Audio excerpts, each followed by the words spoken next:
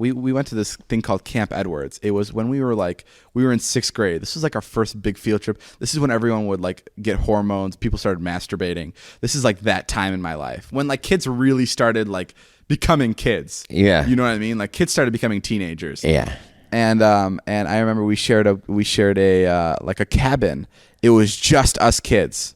It was just us like 13, 14-year-olds. Do you know what I mean? Like it was just young kids.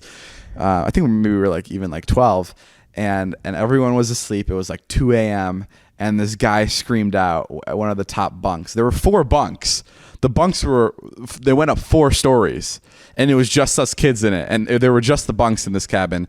There was one bathroom. There wasn't like a kitchen or anything. It was just that. There wasn't a living room. It was one big room. And one kid screamed, "Midnight service!" And he screamed that, and he took off all his underwear, and he ran into each of our bunks and started rubbing his cock all over us. Like his penis, all over our face, all over our shit. And we found it to be the funniest fucking thing in the world. And it was like Sounds kind of gay. yeah, it was so gay.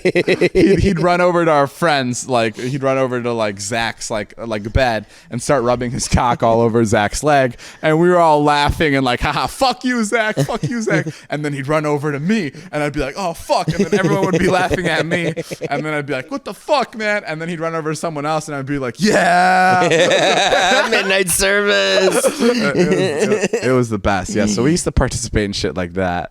That was the first time I touched a dick. I don't know how we come back from that one, Dave. That sounds like the end of the podcast to me. It does? Are we at 40 minutes? That's the first time. And Jason's that was the first time I touched a dick. See you guys next week. Jason's like, no, that's not the end of the podcast, but I don't want to fucking talk to you anymore. Yeah, okay. Well, we've got a big day ahead of us. Also, the tour we should plug.